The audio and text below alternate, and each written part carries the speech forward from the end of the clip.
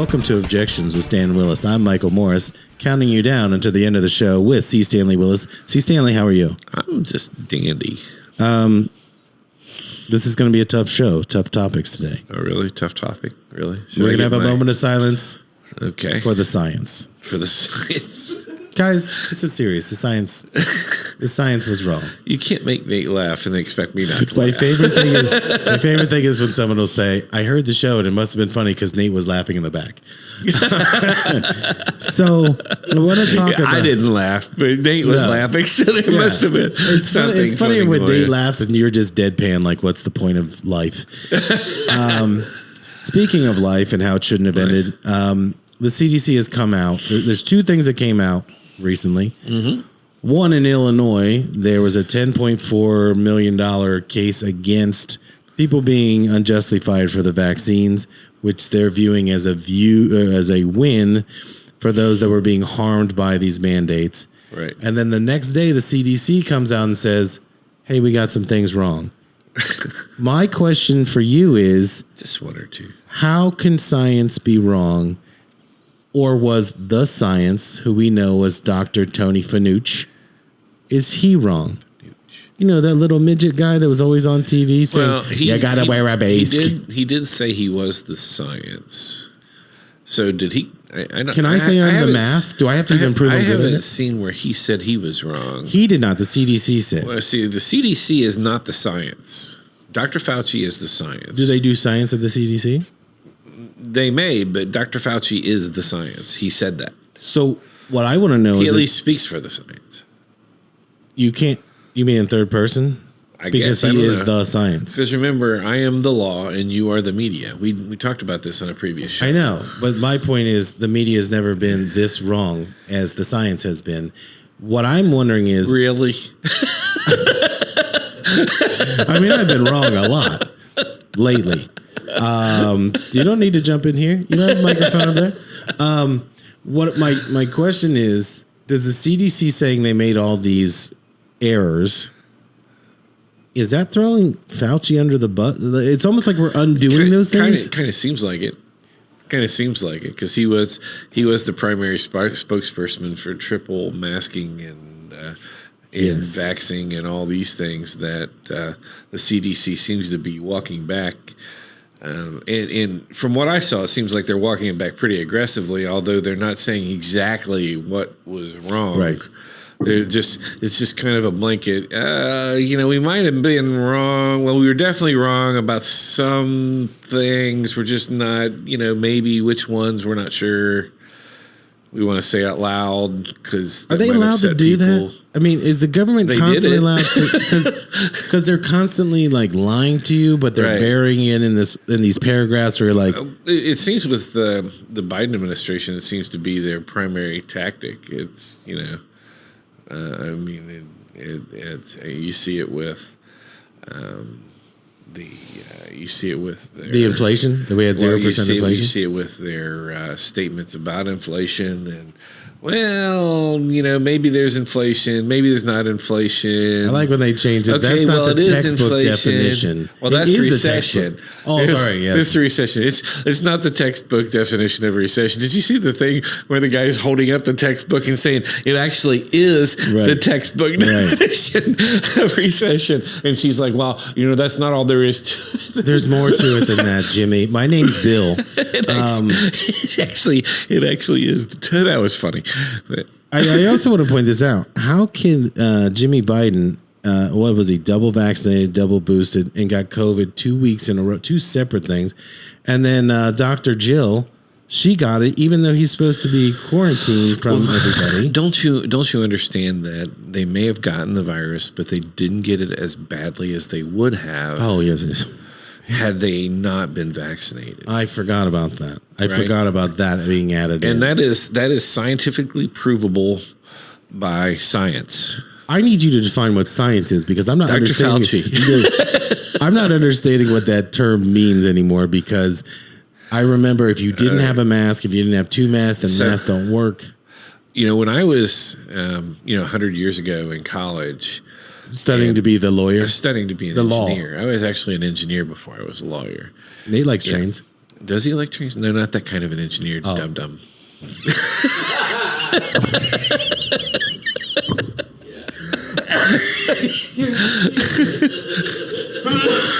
I was not expecting that to get hit right in the nose like that. Oh God!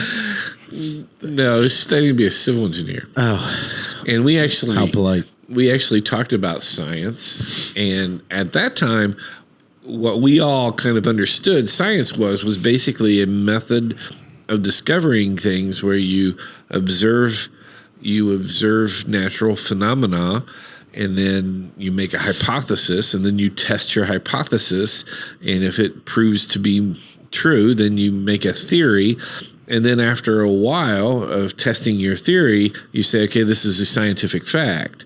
But you had to go through this thing that we called the scientific method to prove your hypothesis. You couldn't just run with a hypothesis and decide that was the science, because and really, as we all kind of understood it, the science was actually engaging in the scientific method, whether it was in biology or IT or electromagnetic thing. I mean, it was engaging in this method of discovery and learning about natural phenomena, and then trying to apply it to life. That's what engineers do, is applied science. So, and trains. My other thing is this: we have people that you have to trust everything they say because they get it, right? So they're trying to instill confidence in the public that they got this figured out. So I'm thinking, okay, that's fine if that's what you say. First of all, I know it's a government-funded organization, so I know it's wrong.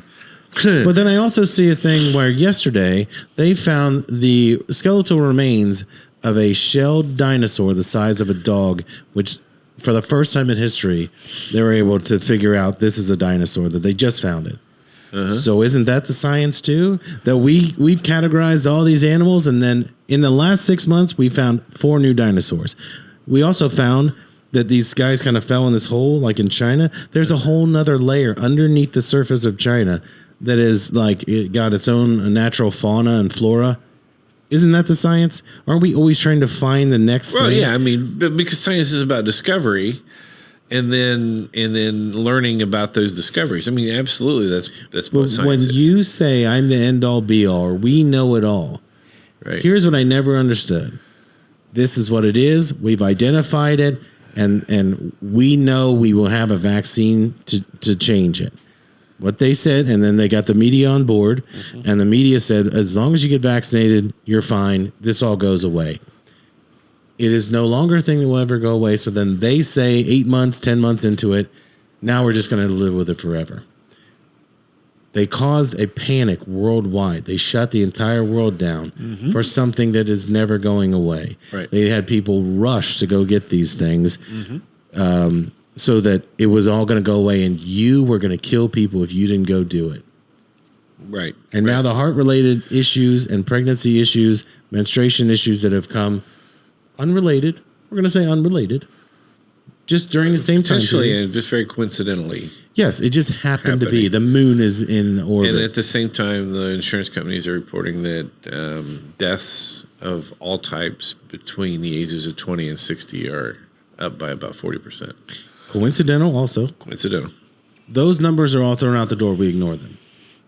What I want to know is, how can you ever have faith in your government or the CDC again? Now, I will tell you from way back, I don't trust any government. I don't trust any of this stuff. So I was always skeptical. I'm not saying that you're not, but there are people out there that are still telling you to go do this. You know, Thomas Jefferson says something like, Tommy Jeff. The two main enemies of the people are criminals and the government.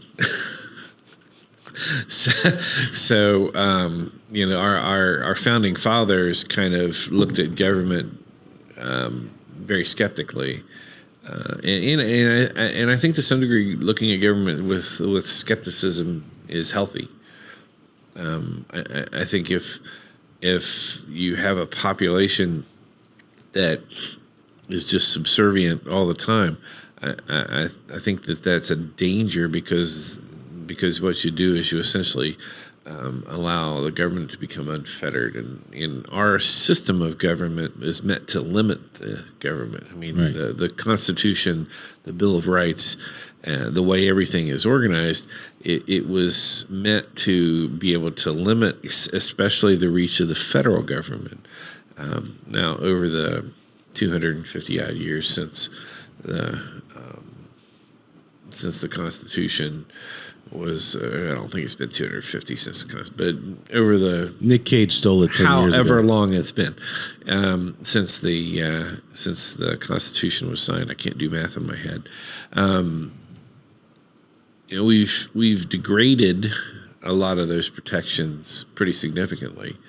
I don't think at this point that it's too far gone. I think that we're still at a point where there's enough. Ayn Rand said that essentially she said that if you lose the freedom of speech, then the only way to transition the government is by violence.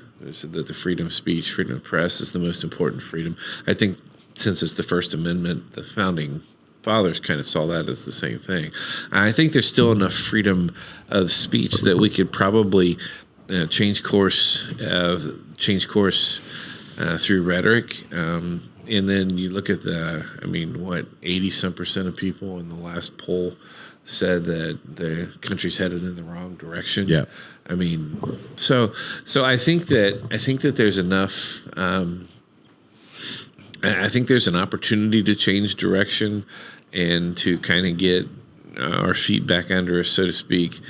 But I think it's a slim window, and with the things that have happened since COVID, essentially with the aggressive censorship that the Biden administration and the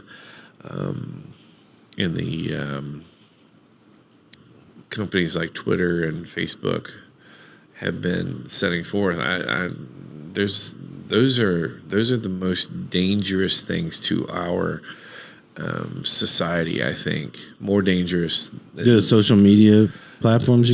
The censorship of ideas is, I think, the most dangerous thing that's going on right now as far as with our government. Let me ask you this then, because you and I talk. We have several people on both sides.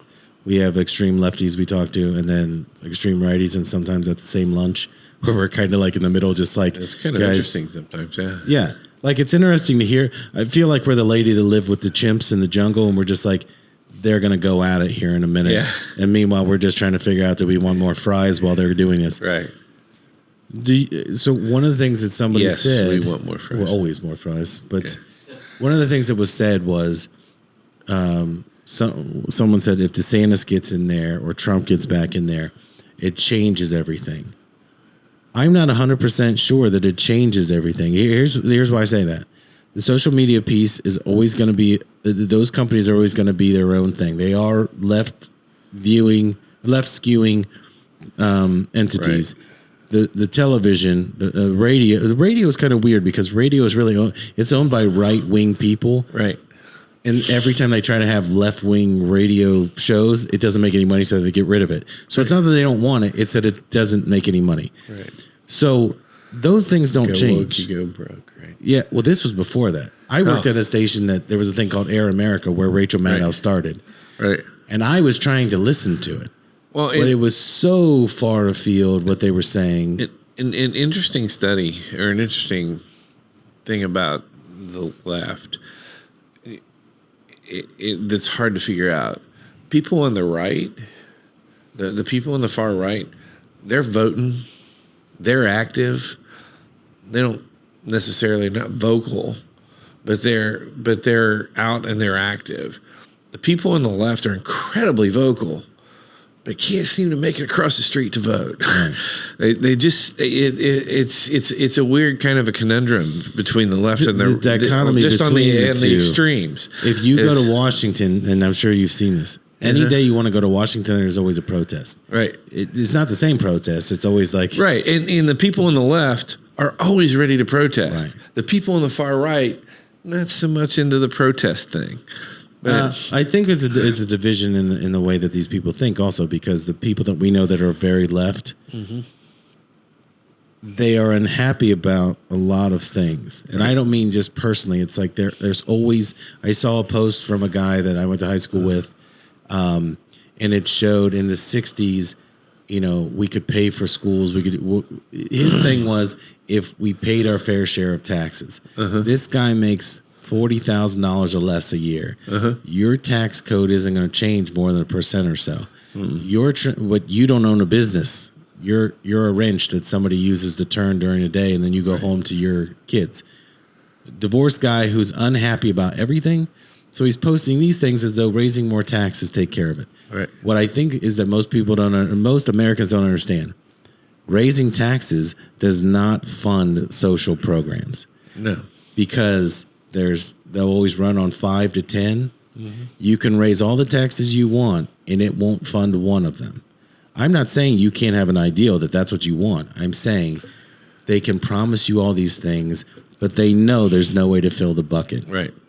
So we're working. You got to give us another term. We're still working on it. Right. At this point, pick one. Everybody pick one. I think people can get behind it. Right. But that's why I think that people are looking at it like there's a division of people that believe in Fauci, that believe in the CDC and the government. And then the other side, I think, is so inflamed that they're looking at it, and they might be right, but they are being shouted down by the people that it's kind of like you're cheering for Ohio State. Right. We know that everybody that watches Ohio State, they all could coach that team to national titles. Absolutely. They would never give up a yard. They could. There's 100,000 coaches in that stadium better than Ryan Day every weekend. Right. But that's what we have. We have those people rooting for the guy. You're literally rooting for the empire to wipe out the rebels. Right. And you're on the wrong side of this thing. Right. Because if it flips, and then it's DeSantis or Trump, your opinion flips of who these people are. Right. And I think I think the divisions, I've never experienced a time, and I lived through the early 70s. I don't remember them well. I was like 7. It was the 70s. Oh, I thought you meant you were just high all the time. Yeah. I was at 7 years old. I was, we were forward thinking marijuana growers. We were really into Lenin. humble marijuana grower. I don't remember personally a time when the nation has been this heavy on the extremes. I mean, normally in a normal world, if you'd have said in the 90s, if we'd have been talking in the 90s, I would have said you probably have 8 to 10% of people on the far left, 10% of people on the far right, and the other 80% of us are somewhere within a standard deviation, right? But you could have worn a George Bush shirt, like the George Senior, and people wouldn't have thrown stuff at you or whatever. Right. And I think that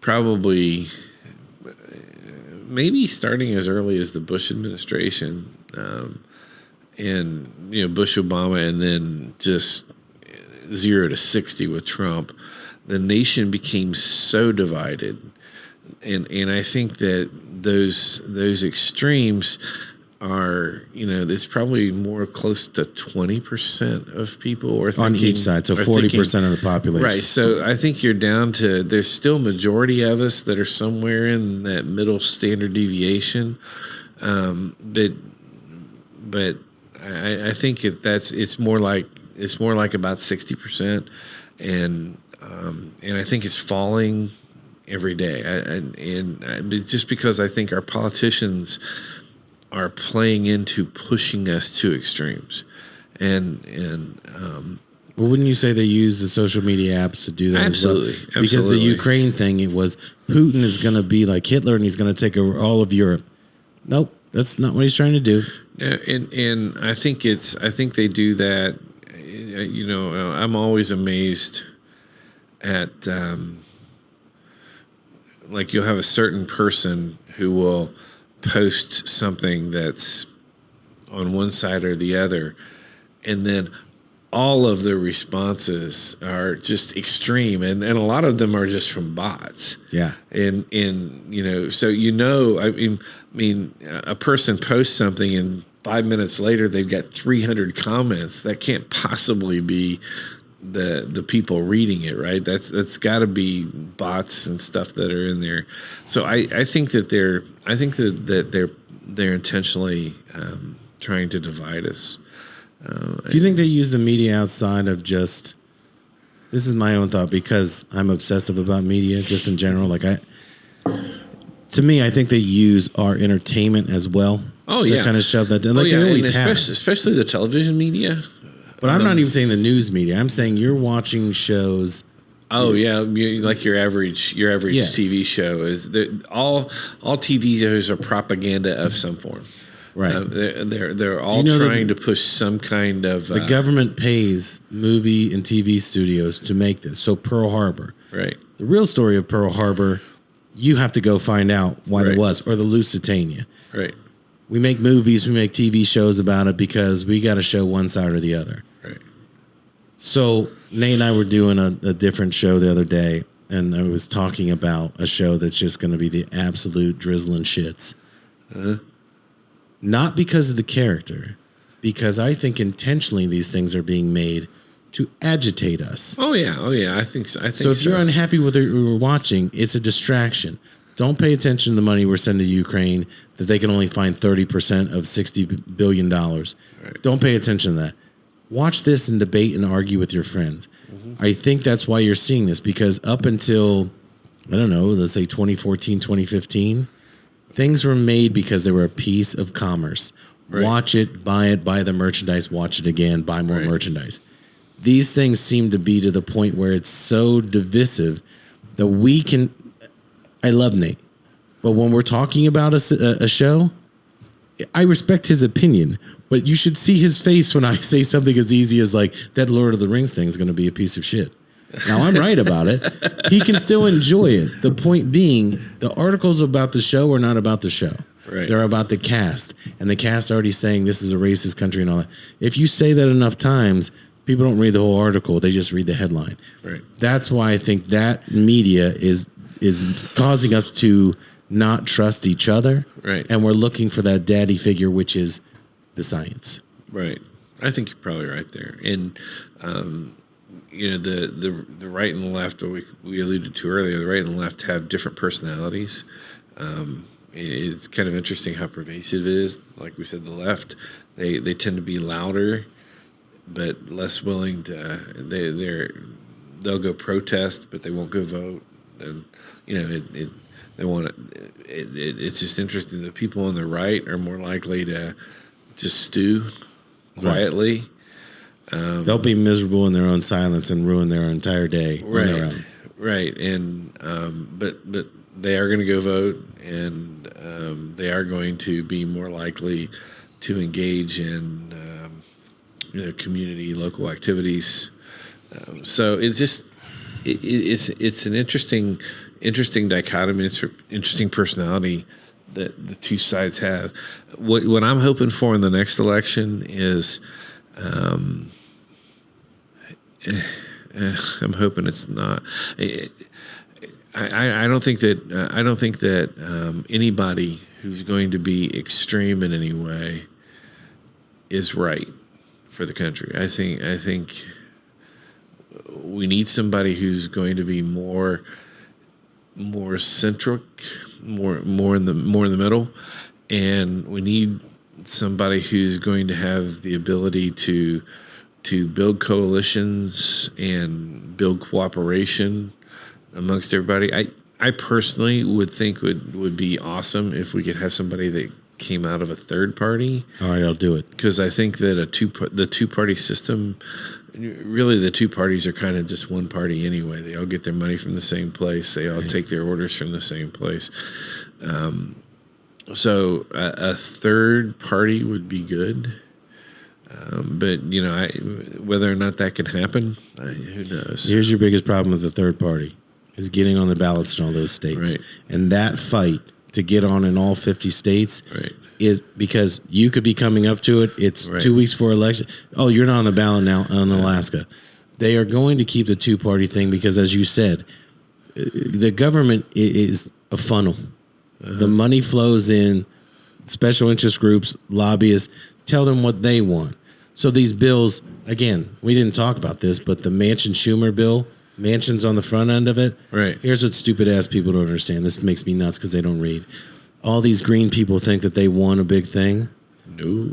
For every solar farm that you want to build, cool, we're going to drill in Alaska. Right. You want to put solar panels on houses and neighborhoods in Idaho? Cool, we're going to drill on tribal lands. So the DAPL project, that kicks off as soon as you start some solar panels. Right, and didn't they restart the Keystone Pipeline or something? I thought there was something referencing the Keystone in that. That's I'm not in sure. there. So what they're waiting on is we want one of these solar farms, or we want to do.